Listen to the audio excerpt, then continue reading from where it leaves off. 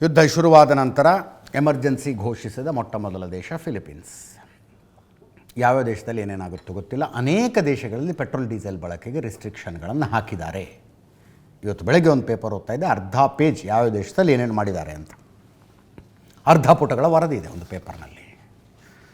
ಭಾರತದಲ್ಲಿನ ಪರಿಸ್ಥಿತಿ ಏನು? ಭಾರತ ಸರ್ಕಾರ ಈಗಲೂ ಹೇಳ್ತಾ ಇದೆ, ಪೆಟ್ರೋಲು ಡೀಸೆಲ್ಲು ಸಫಿಷಿಯೆಂಟ್ ಸ್ಟಾಕ್ ಇದೆ, ಪ್ಯಾನಿಕ್ ಬೈಯಿಂಗ್ ಮಾಡಬೇಡಿ. ಗೃಹ ಬಳಕೆಯ LPG ಸಿಲಿಂಡರು ಏನೂ ತೊಂದರೆ ಇಲ್ಲ. PNG ಕನೆಕ್ಷನ್ನು ಜಾಸ್ತಿ ಮಾಡ್ತಾನೇ ಇದ್ದೀವಿ ನಾವು, ಏನೂ ಸಮಸ್ಯೆ ಇಲ್ಲ. ಸಮಸ್ಯೆ ಆಗಿರೋದು ಕಮರ್ಷಿಯಲ್ ಸಿಲಿಂಡರ್ಗೆ ಮಾತ್ರ. ಅದನ್ನು ಕೂಡ ಸರಿ ಮಾಡುವ ಪ್ರಯತ್ನದಲ್ಲಿ ಸರ್ಕಾರ ಇದೆ. ಈ ವಿಷಯವನ್ನು ಚರ್ಚಿಸುವುದಕ್ಕೆ ಇವತ್ತು ಸರ್ವಪಕ್ಷಗಳ ಸಭೆ ಕರೆಯಲಾಗಿತ್ತು. ಆಲ್ ಪಾರ್ಟಿ ಮೀಟಿಂಗ್ ಅಂತ ಹೇಳ್ತೀವಿ. ವಿಪಕ್ಷಗಳ ನಾಯಕರುಗಳನ್ನೂ ಕರೆದು ಪರಿಸ್ಥಿತಿಯನ್ನು ಅವರೆದುರಿಗೆ ವಿವರಿಸಿ, ಅವರ ಪ್ರಶ್ನೆಗಳಿದ್ದರೆ ಪ್ರಶ್ನೆಗಳಿಗೆ ಉತ್ತರಿಸಿ, ಕಠಿಣ ಪರಿಸ್ಥಿತಿ ಇದೆ, ಈ ಪರಿಸ್ಥಿತಿಯಿಂದ ಪಾರಾಗೋದಕ್ಕೆ ನಿಮ್ಮ ಸಹಕಾರ ಬೇಕು ಅಂತ ಸರ್ಕಾರ ಹೇಳುವ ಪದ್ಧತಿ. ಅದಕ್ಕೆ ಸರ್ವಪಕ್ಷಗಳ ಸಭೆ ಕರೀತಾರೆ. ಫೋಟೋ ನೋಡ್ತಾ ಇದ್ದೀರಿ. ರಕ್ಷಣಾ ಸಚಿವ ರಾಜನಾಥ್ ಸಿಂಗ್ ಅವರ ನೇತೃತ್ವದಲ್ಲಿ ನಡೆದಂತಹ ಸಭೆ.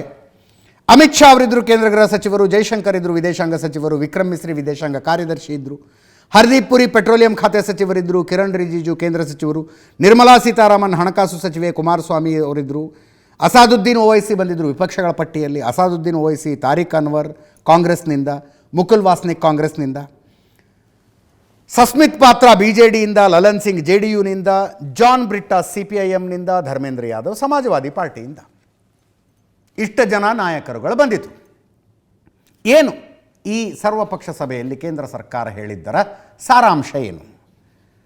ತೈಲ ಅಭಾವ ಇಲ್ಲ, ಎಲ್ಲ ದೇಶಗಳ ಜೊತೆಗೆ ಸಂಪರ್ಕದಲ್ಲಿದ್ದೀವಿ, ಆದಷ್ಟು ಬೇಗ ಇನ್ನಷ್ಟು ಹಡಗುಗಳು ತೈಲ ತಗೊಂಡು ಭಾರತಕ್ಕೆ ಬರ್ತವೆ, ಸಾಕಷ್ಟು ಪ್ರಮಾಣದಲ್ಲಿ ಈಗಾಗಲೇ ನಮ್ಮ ಹತ್ರ ಸಂಗ್ರಹ ಇದೆ, ರಾಜ್ಯ ಸರ್ಕಾರಗಳ ಜೊತೆಗೆ ಸಂಪರ್ಕದಲ್ಲಿದ್ದೀವಿ, ಯಾವುದೇ ತೊಂದರೆ ಆಗೋದಿಲ್ಲ, ವಿದೇಶದಲ್ಲಿರುವ ಭಾರತೀಯರ ರಕ್ಷಣೆಗೆ ಆದ್ಯತೆ.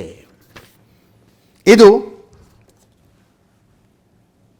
ಕೇಂದ್ರ ಸರ್ಕಾರ ವಿಪಕ್ಷಗಳನ್ನು ಪ್ರತಿನಿಧಿಸಿ ಬಂದಿದ್ದ ನಾಯಕರುಗಳಿಗೆ ಹೇಳಿದಂಥ ಮಾತಿವತ್ತು ಸರ್ವಪಕ್ಷ ಸಭೆಯಲ್ಲಿ. ವಿಪಕ್ಷ ನಾಯಕ ರಾಹುಲ್ ಗಾಂಧಿ ಅವರು ಹೋಗಲಿಲ್ಲ ಇವತ್ತಿನ ಸಭೆಗೆ.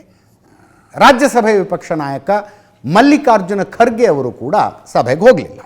ಕಿರಣ್ ರಿಜಿಜು ಅವರು ಹೇಳಿದ್ರು, ಎಲ್ಲ ಪಕ್ಷಗಳ ಒಗ್ಗಟ್ಟಿನಿಂದ ಪರಿಸ್ಥಿತಿ ಎದುರಿಸುವ ನಿರ್ಧಾರ ಮಾಡಿದ್ದೀವಿ, ಸರ್ಕಾರ ತೆಗೆದುಕೊಂಡಿರುವಂಥ ಕ್ರಮಗಳನ್ನು ವಿರೋಧ ಪಕ್ಷಗಳಿಗೆ ಹೇಳಿದ್ದೀವಿ, ವಿರೋಧ ಪಕ್ಷಗಳ ಕೇಳಿದ ಪ್ರಶ್ನೆಗಳಿಗೆಲ್ಲ ಸರ್ಕಾರ ಉತ್ತರ ಕೊಟ್ಟಿದೆ, ತೈಲದ ವಿಷಯದಲ್ಲಿ ಭಾರತದ ಸ್ಥಿತಿ ಸುಭದ್ರವಾಗಿದೆ ಅಂತ ಕಿರಣ್ ರಿಜಿಜು ಅವರು ಆ ನಂತರ ಹೇಳಿಕೆಯನ್ನು ಕೊಟ್ಟರು. ಸಂಜಯ್ ರಾವತ್, ಶಿವಸೇನೆ ಉದ್ಧವ್ ಠಾಕ್ರೆ ಬಣದ ನಾಯಕ, ಅವ್ರು ಹೇಳೋದು ನಮ್ಮ ಫೈಟ್ ಇರೋದೇ BJPಯ ಜೊತೆಗೆ, ಅವ್ರ ಜೊತೆ ಕೂತ್ಕೊಂಡು ಏನು ಮೀಟಿಂಗ್ ಮಾಡೋದು ಅಂತ. ಮೋದಿ ಸರ್ವಪಕ್ಷ ಸಭೆಗೆ ಬಂದರೆ ಅವ್ರ ಜೊತೆ ಮಾತಾಡ್ತೀವಿ.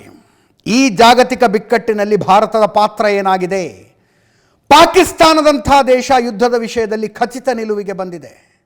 ನರೇಂದ್ರ ಮೋದಿ ಅವರನ್ನು ಟ್ರಂಪ್ ಮೂರ್ಖರನ್ನಾಗಿಸುತ್ತಿದ್ದಾರೆ ಅಂತ ಸಂಜಯ್ ರಾವತ್ರ ಸ್ಟೇಟ್ಮೆಂಟು. ಈ ಪಾಕಿಸ್ತಾನ ಮಧ್ಯಸ್ಥಿಕೆ ವಹಿಸ್ತಾ ಇರುವ ವಿಷಯ ಕೂಡ ಸರ್ವಪಕ್ಷ ಸಭೆಯಲ್ಲಿ ಚರ್ಚೆಗೆ ಬಂತಂತೆ. ಪಾಕಿಸ್ತಾನದ ಮಧ್ಯಸ್ಥಿಕೆಯಲ್ಲಿ ಈ ಯುದ್ಧ ನಿಲ್ಲುತ್ತಾ ಅಂತ. ಹಾಗಾದಾಗ ವಿಪಕ್ಷಗಳು ಸಹಜವಾಗಿ ತುಂಬ ಜನ ಪ್ರಶ್ನೆ ಕೇಳ್ತಾರೆ, ಅದೇನು ರೀ ಪಾಕಿಸ್ತಾನದವ್ರು ಕೂತ್ಕೊಂಡು ಮಾತುಕತೆ ಮಾಡಬೇಕಾ, ಭಾರತಕ್ಕೇನಾಗಿತ್ತು ಅಂತ ಎಸ್ ಜೈಶಂಕರ್ ನಮ್ಮ ವಿದೇಶಾಂಗ ಸಚಿವರ ಎದುರು ವಿಪಕ್ಷಗಳ ಕೆಲವು ನಾಯಕರು ಈ ಪ್ರಶ್ನೆ ಕೇಳಿದ್ರಂತೆ. ಪಾಕಿಸ್ತಾನದ ಮಧ್ಯಸ್ಥಿಕೆಯಲ್ಲಿ ಯುದ್ಧ ನಿಲ್ಲುತ್ತೆ, ಮಾತುಕತೆ ನಡೆಯುತ್ತೆ ಅಂದರೆ ಏನರ್ಥ? ಭಾರತಕ್ಕೆ ಯಾಕೆ ಇದಾಗೋದಿಲ್ಲ ಅಂತ ಕೇಳಿದಾಗ, ನಾವು ದಲ್ಲಾಳಿ ಕೆಲಸ ಮಾಡೋದಿಲ್ಲ ಅಂತ ಜೈಶಂಕರ್ ಅವರು ಹೇಳಿದ್ರಂತೆ. ಅದರ ಅರ್ಥ ಏನು ಗೊತ್ತಿಲ್ಲ ನಮಗೆ. ಸರ್ವಪಕ್ಷ ಸಭೆಯಿಂದ ಬಂದಂಥ ಮಾಹಿತಿದು, ನಾವು ದಲ್ಲಾಳಿ ಕೆಲಸ ಮಾಡೋದಿಲ್ಲ ಅಂತ ಎಸ್ ಜೈಶಂಕರ್ ಅವರು ಸರ್ವಪಕ್ಷ ಸಭೆಯಲ್ಲಿ ವಿಪಕ್ಷಗಳ ನಾಯಕರಿಗೆ ಹೇಳಿದ್ರಂತೆ. ಸುಗತ್ ರಾಯ್ ತೃಣಮೂಲ ಕಾಂಗ್ರೆಸ್ಸಿನ ಸಂಸದರು ಹೇಳಿದ್ರು, ನಾವು ಹೋರಾಟ ಮಾಡ್ತಾ ಇರೋದೇ BJP ವಿರುದ್ಧ, BJP ಜೊತೆ ಕೂತ್ಕೊಂಡು ಮಾತುಕತೆ ಮಾಡೋದಕ್ಕಾಗತ್ತಾ, ನಾವು ಸರ್ವಪಕ್ಷ ಸಭೆಯಲ್ಲಿ ಭಾಗಿಯಾಗೋದಿಲ್ಲ ಅಂತ. ಇನ್ನು ಕೇಂದ್ರ ಸರ್ಕಾರ ಮತ್ತೆ ಮನವಿ ಮಾಡಿಕೊಳ್ತಾನೇ ಇದೆ. ಪೆಟ್ರೋಲು ಡೀಸೆಲ್ಲಿಗೆ ಕೊರತೆ ಇಲ್ಲ ದೇಶದಲ್ಲಿ, ಪೆಟ್ರೋಲ್ ಬಂಕ್ ಮುಂದೆ ಕ್ಯೂ ನಿಂತ್ಕೋಬೇಡಿ, ಪ್ಯಾನಿಕ್ ಬೈಯಿಂಗ್ ಮಾಡಬೇಡಿ ಅಂತ ಸುಜಾತಾ ಶರ್ಮಾ ಅವರು ಮಾತಾಡಿದ್ದಾರೆ.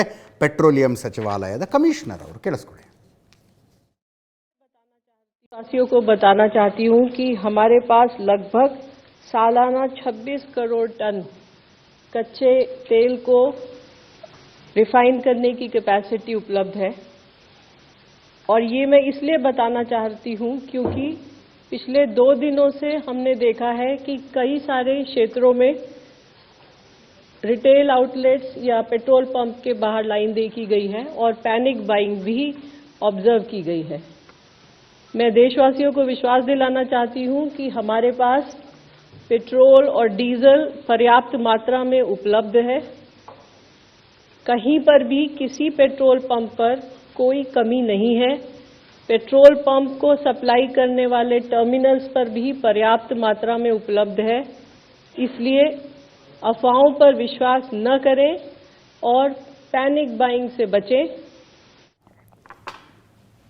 ಇಷ್ಟೊಂದು ಮಾಡಿ ಉಪಕಾರ ಮಾಡೋಣ ಅಷ್ಟೇ, ಪುಣ್ಯ ಬರುತ್ತೆ ನಿಮಗೆ. ಪ್ಯಾನಿಕ್ ಬೈಯಿಂಗ್ ಮಾಡಬೇಡಿ. If you can't be a part of solution, don't be a part of problem. ಪರಿಹಾರದ ಭಾಗವಾಗಿರೋದಕ್ಕಾಗೋದಿಲ್ಲ ಅಂದರೆ ತೆಪ್ಪಗಿರೋಣ, ಸಮಸ್ಯೆಯ ಭಾಗ ಆಗೋದು ಬೇಡ.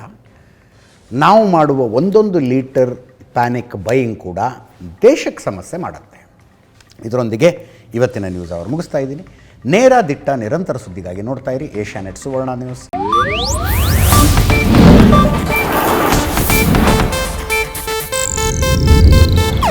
ಇದು ಏಷ್ಯಾನೆಟ್ ನ್ಯೂಸ್ ನೆಟ್ವರ್ಕ್ ಪ್ರಸ್ತುತಿ.